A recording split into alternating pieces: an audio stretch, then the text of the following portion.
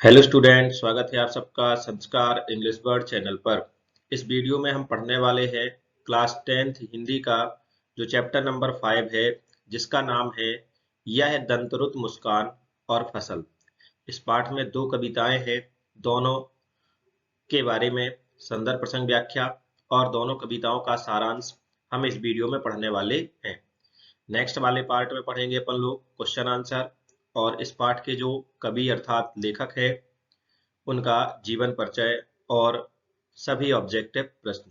दो पार्टों में अपन ये वीडियो पूरी ये चैप्टर कंप्लीट कर लेंगे। चलो स्टार्ट करते हैं। तो सबसे पहले देखते हैं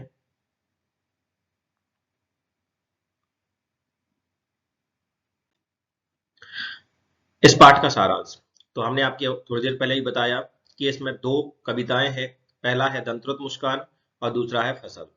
दोनों के ही लेखक कौन है? नागार्जुन।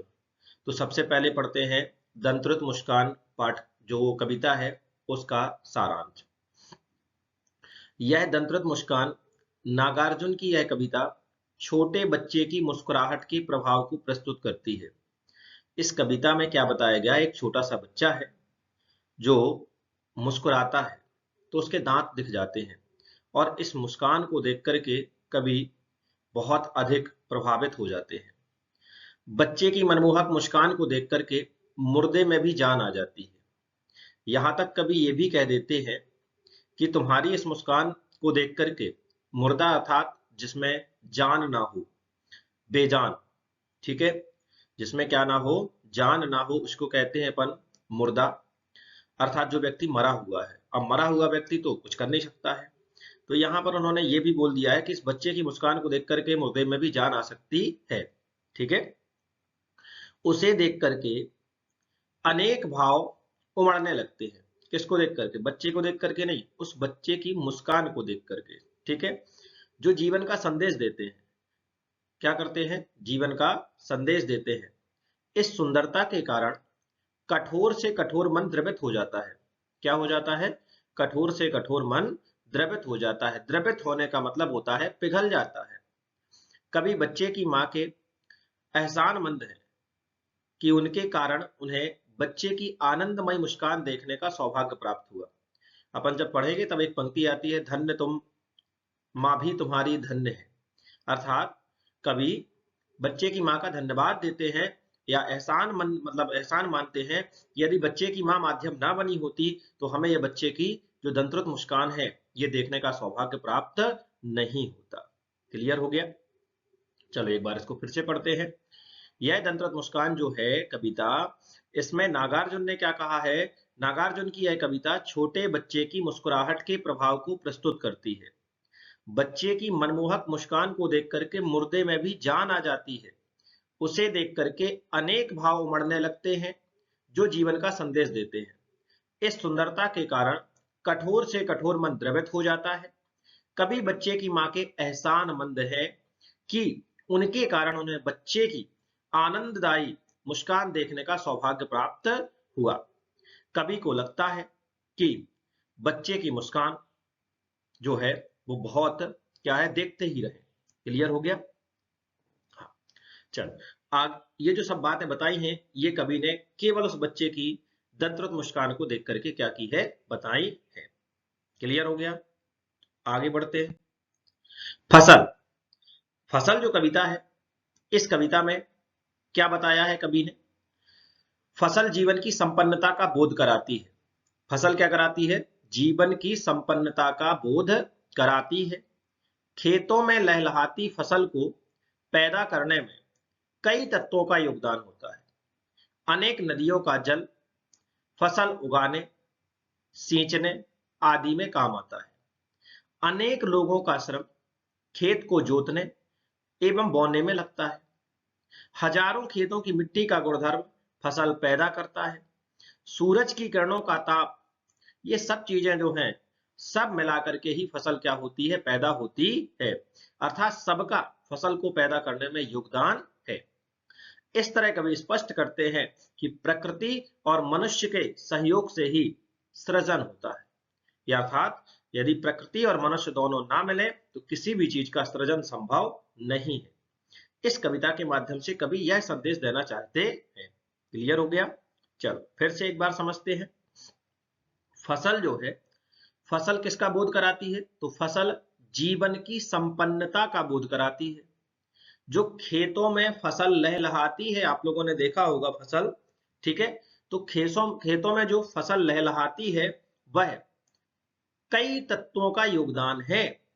ऐसा नहीं है कि वो नॉर्मल तरीके से पैदा होती है, उसमें कई प्रकार के तत्वों का क्या होता है? योगदान होता है, तब जाकर के वो फसल लहलहाती है।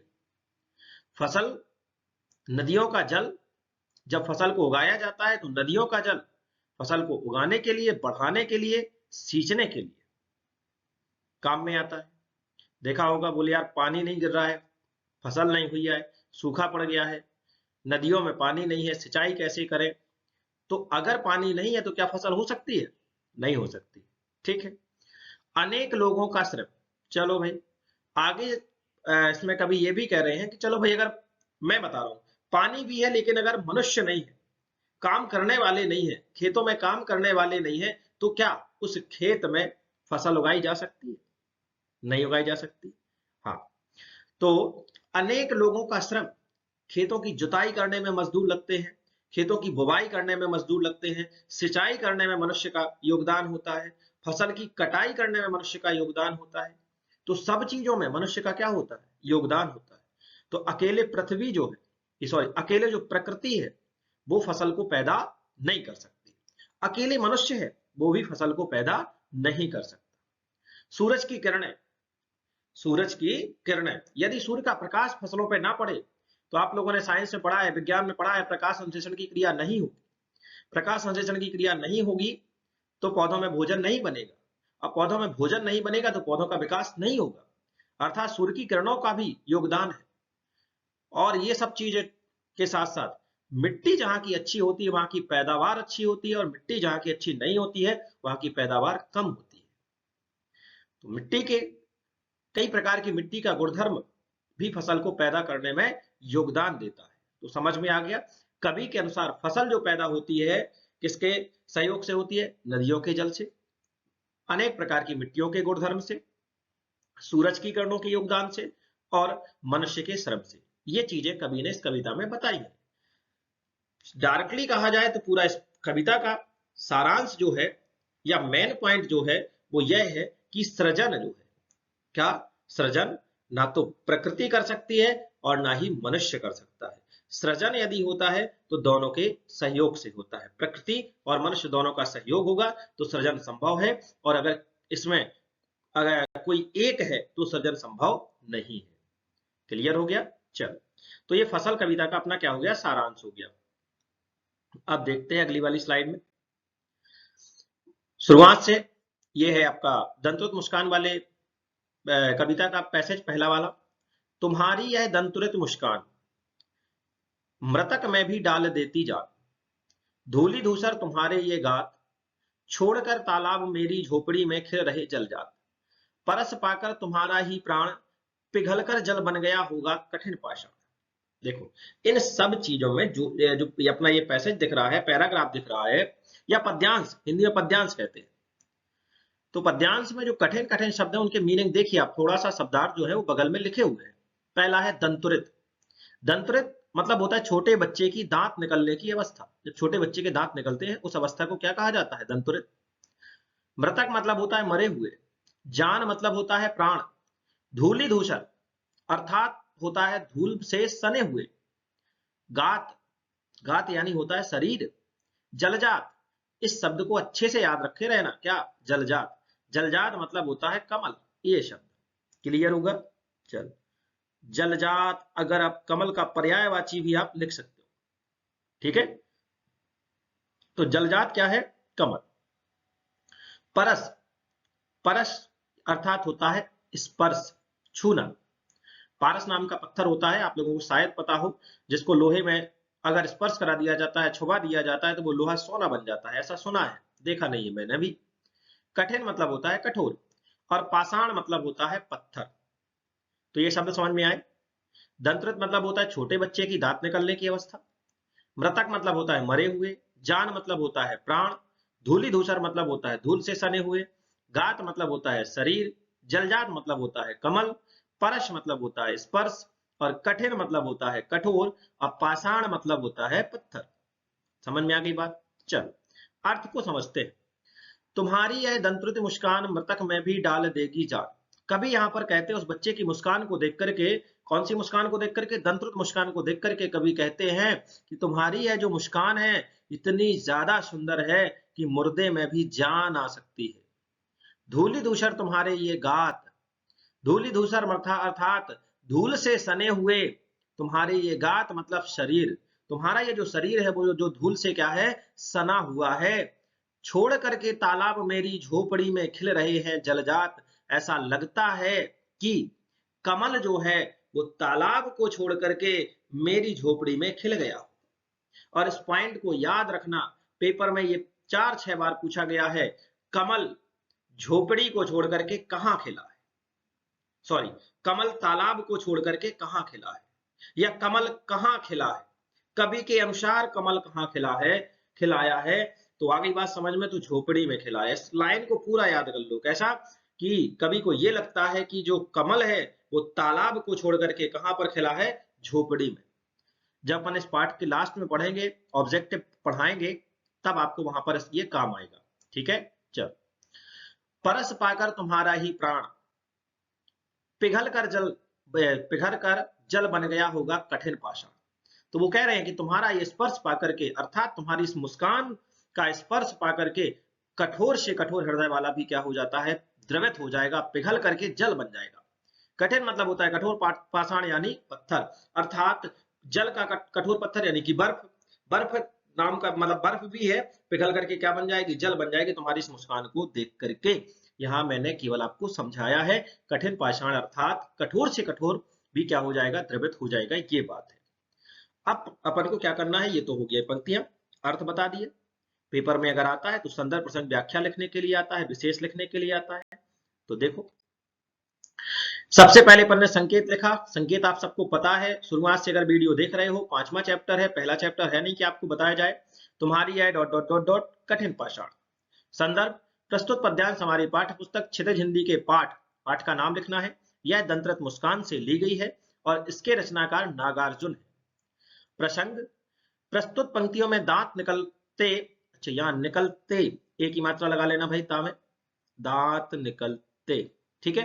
बच्चे की मुस्कान के प्रभाव का वर्णन किया गया है, ठीक है। ये प्रसंग में क्या बताया गया है? प्रस्तुत पंक्तियों में दांत निकलते बच्चे की मुस्कान के प्रभाव का वर्णन किया गया है। अब आप देख पा रहे हो यहां पर विशेष लिखा हुआ है।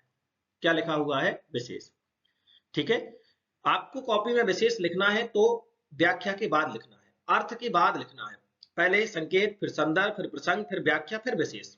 हमारी व्याख्या वाली साइड में थोड़ा सा जगह कम होगी, इस वजह से विशेष यहां पर लिखा है। साहित्यिक सरल भाषा का प्रयोग है, अनुप्रास उत्प्रेक्षा अलंकार का प्रयोग है, और दो ही विशेष पर्याप्त होते हैं। आगे बढ़ते हैं। व्याख्या जो मैंने अभी समझाई है वो लिखी भी है, अब आप पढ़िए किस तरीके से। दांत निकलते बच्चे की मुस्कान के बारे में कवि कहते हैं कि यह मुस्कान मुर्दे में भी जान डाल देती है, अर्थात बच्चे की मुस्कान से उदास व्यक्ति में भी जीवंतता आ जाती है। इस बच्चे का धूल से लिपटा शरीर ऐसे लगता है जैसे कमल तालाब को छोड़ करके झोपड़ी में खिल गया होगा। ये है लाइन, अभी मैंने बताई ना। इस लाइन को आप अच्छे से याद कर लेना। ये कमल तालाब को छोड़ करके झोपड़ी में खिल गया है, इतना। ये ऑब्जेक्टिव बना है, इसलिए मैं आपसे कह रहा हूं, ठीक है। कमल किसको छोड़ करके? तालाब को छोड़ करके। कहां खिल गया है? झोपड़ी में। आशा यह है कि आंगन में धूल से खेलता बच्चा कमल के फूल के समान सुंदर लग रहा है। इस बच्चे के स्पर्श मात्र से कठोर पत्थर जैसी बर्फ पिघल करके पानी बन गई होगी, अर्थात बच्चे की मुस्कान कठोर से कठोर व्यक्ति को भी पिघला देती है। इस मुस्कुराहट से कठोर व्यक्ति में भी कोमल भाव जाग उठते हैं। इस दंतृत मुस्कान का प्रभाव यह होता है कि बांस या बबूल के पेड़ में भी शेफालिका के फूल झड़ने लगते हैं, अर्थात कठोर से कठोर व्यक्ति में भी वात्सल्य जाग जाता है। हाँ, एक दो बच्चों की शिकायत है कि सर यहाँ पे थोड़ा सा लास्ट में जहाँ ये अपनी ये चेहरा दिख रहा होता है आपका, वहां पर का शब्द नहीं दिखता। तो मैं कोशिश करता हूं कि वहां पे शब्द ही ना आए, लेकिन अगर आ जाता है तो थोड़ा सा ध्यान दिए। आप लोग एक बार आवाज को सुन लीजिएगा, ठीक है, यहाँ एक शब्द आपका दब रहा है, यानी कि छिप रहा है, अर्थात कठिन।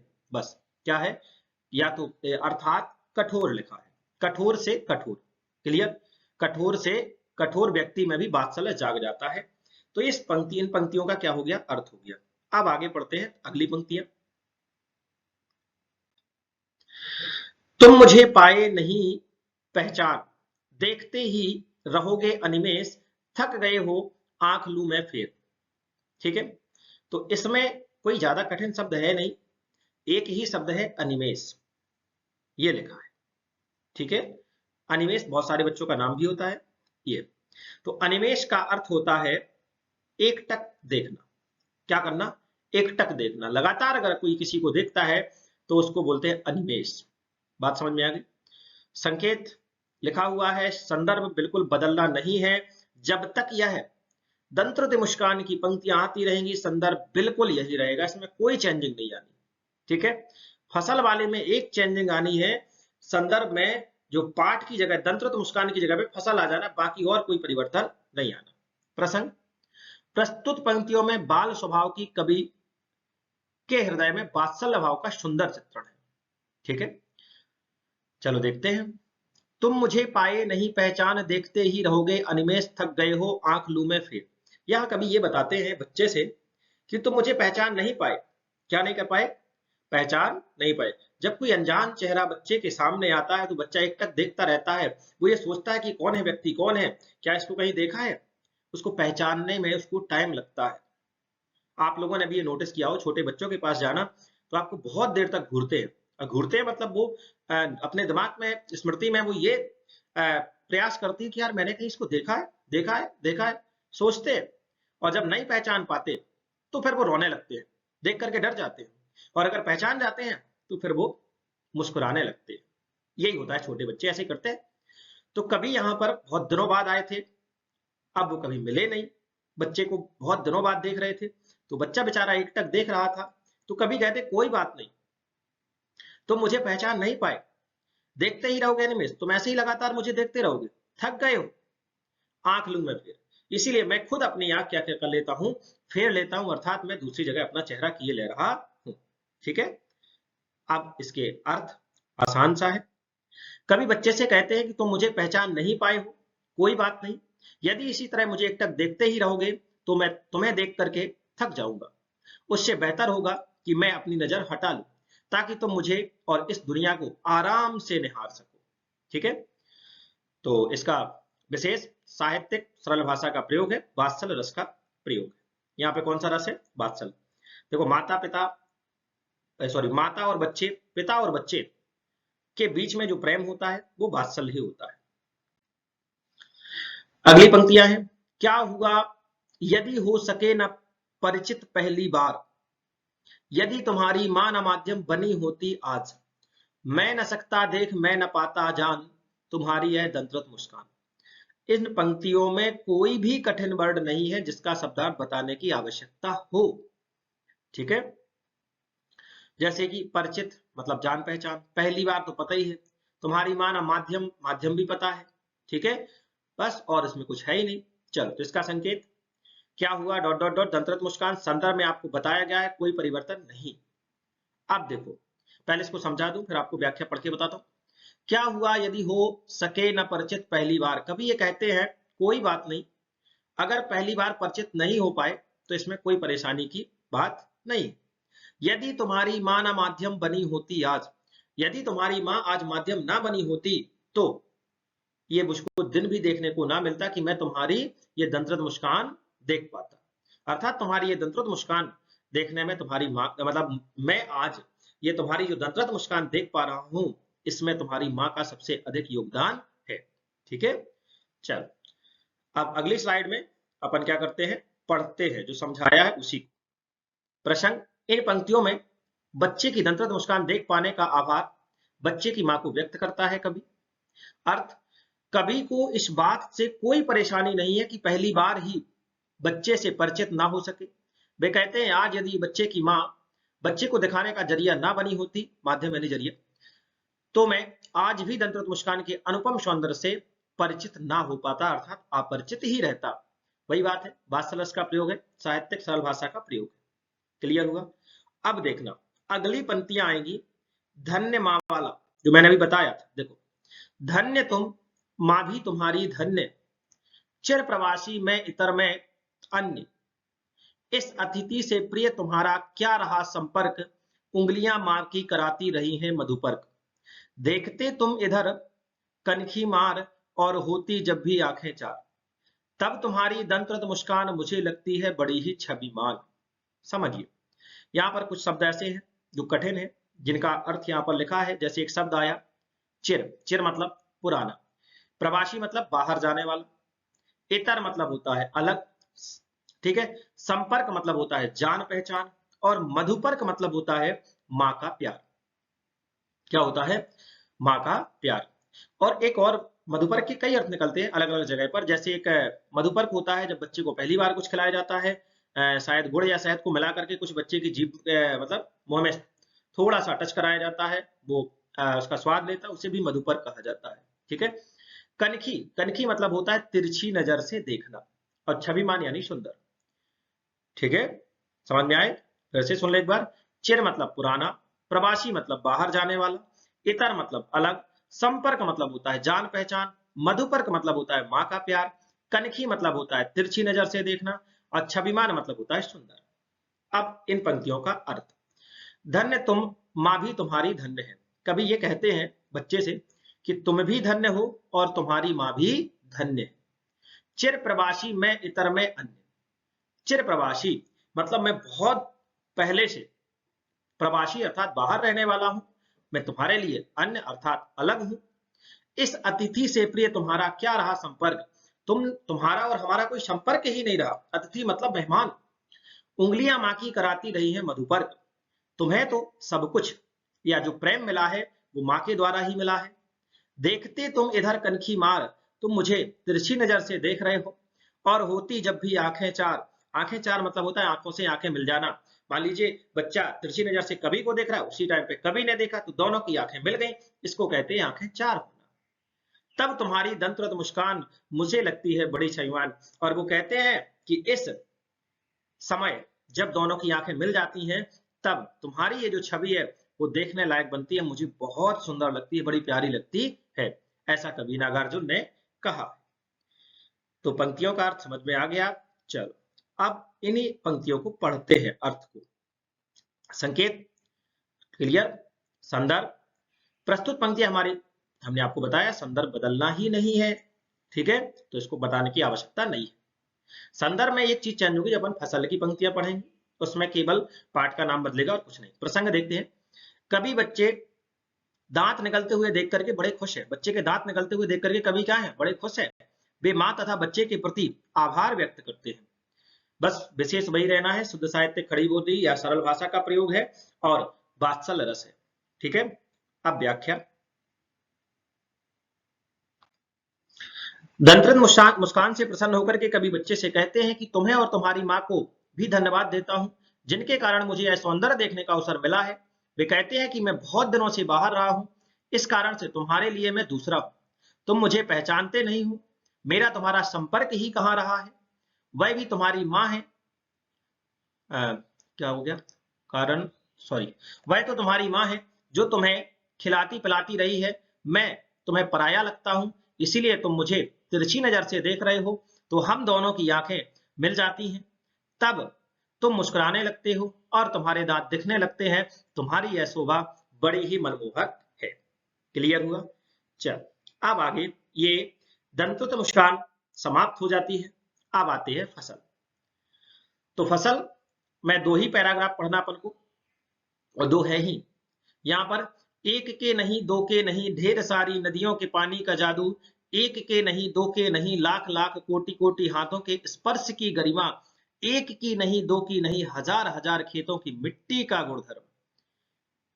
अच्छी बात यह है कि इस कविता में आपको ज्यादा कठिन वर्ड देखने को नहीं मिलेंगे, तो आपको शब्दार्थ भी ज्यादा यहाँ पे देखने को नहीं मिलेंगे। इस वाले पैसेज में तो आपको एक दो शब्दार्थ देखने को मिल ही रहे हैं, अगले में तो शब्दार्थ आपको देखने को भी नहीं मिलेंगे, क्योंकि उसमें कोई कठिन वर्ड है नहीं।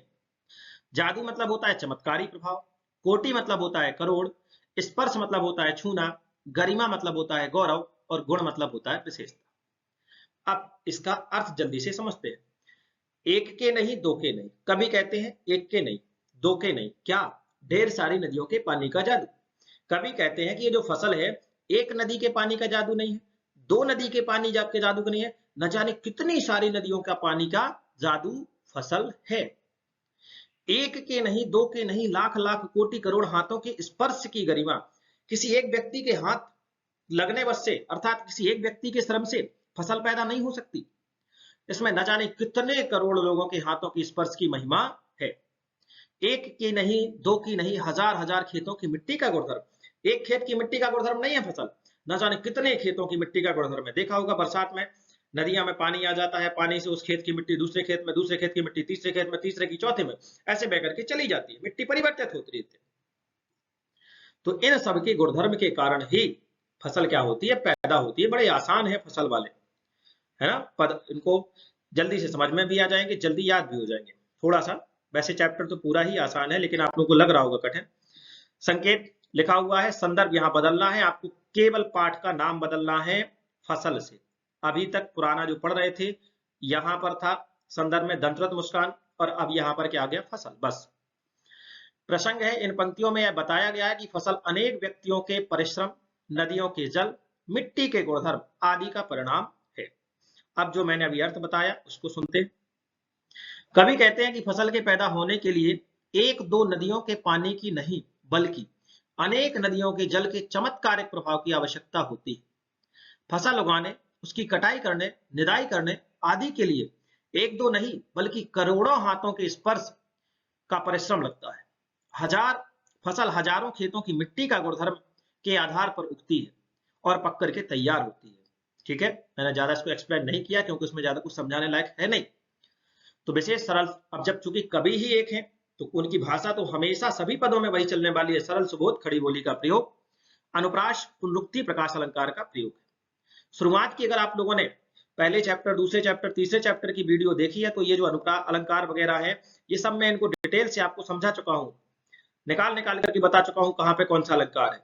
ठीक है, चल लास्ट पैसेज है, फसल क्या है, अर्थात पद्यांश है। फसल क्या है, और तो कुछ नहीं है यह, नदियों के पानी का जादू है यह, हाथों के स्पर्श की महिमा है, भूरी काली संदली मिट्टी का गुणधर्म है, रूपांतर है सूरज की किरणों का, सिमटा हुआ संकोच है हवा की थिरकन का।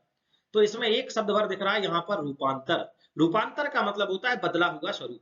रूपांतर का मतलब क्या होता है, बदला हुआ स्वरूप। केवल ये कठिन है शब्द और बाकी सब सरल है।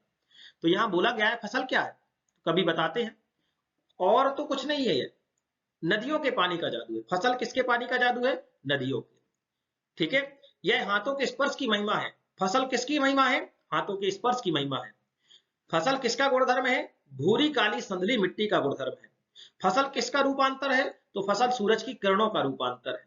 आगे बात समझ में, सिमटा हुआ संकोच है हवा की थिरकन का, ये सब बताया है। तो संकेत आपसे बन जाएगा, संदर्भ आपसे बन जाएगा। अब प्रसंग और व्याख्या भर देखना है। चलिए तो प्रसंग देखते हैं। प्रस्तुत पंक्तियों में यह बताया गया है कि फसल किस किस के सहयोग से पैदा होती है। विशेष बताने लायक नहीं है, ना बताएंगे, सामने लिखा हुआ है शुरू से लेकर के। एक विशेष तो पूरे पाठ में ही कॉमन है, सरल सुबोध खड़ी बोली का। दंतवत मुस्कान वाले में वात्सल रस हर एक पद में है, और यहां पर फसल किस किस के सहयोग से पैदा होती है बताया गया है। ठीक है, व्याख्या देखते हैं। इन पंक्तियों में कवि प्रश्न करते हैं कि फसल क्या है, और उसका उत्तर भी देते हुए स्वयं देते हैं। पहले क्वेश्चन भी करते हैं, आंसर भी देते हैं, और आंसर देते क्या कहते हैं। वो कहते हैं कि फसल और कुछ नहीं होती, यह तो अनेक नदियों के पानी का जादू है। यह फसल बहुत से किसानों के हाथों की मेहनत का गौरव है। अनेक तरह की काली भूरी मिट्टी की विशेषता के आधार पर फसल तैयार होती है। फसल के पकने बढ़ने में सूर्य की किरणों व हवा का योगदान होता है। अंत में कवि स्पष्ट करते हुए कहते हैं कि जल, किसानों का श्रम, मिट्टी के गुणों, सूर्य की किरणों तथा हवा का फसल पैदा करने में बहुत महत्व है। तो यहां पर उन्होंने ये बताया कि फसल को पैदा करने में किन किन चीजों का योगदान है। क्लियर हो गया, तो पूरा का पूरा पाठ जो है अपना कंप्लीट होता है। इसमें दो कविताएं थी, दंतरुत मुस्कान और फसल। दोनों की दोनों नागार्जुन जी ने लिखी हैं। तो दोनों का अपन लोगों ने संदर्भ प्रसंग व्याख्या पढ़ ली है, पाठ का सारांश भी पढ़ा है। और एक बात और बता दूं, आप लोगों को पाठ का सारांश कॉपी में लिखने की आवश्यकता नहीं है, केवल संदर्भ प्रसंग व्याख्या आपको क्या करना है, कॉपी में लिखना है। अगले वाले पार्ट में इस पाठ के सभी प्रश्नोत्तर, नागार्जुन जो कवि है उनका जीवन परिचय पूरा, और इस पाठ के पूरे ऑब्जेक्टिव क्वेश्चन लेकर के अगले वाले पार्ट में आएंगे। पढ़ते रहना है, मुस्कुराते रहना है। अगले वाली वीडियो में आपसे मुलाकात होगी। जय राम जी की।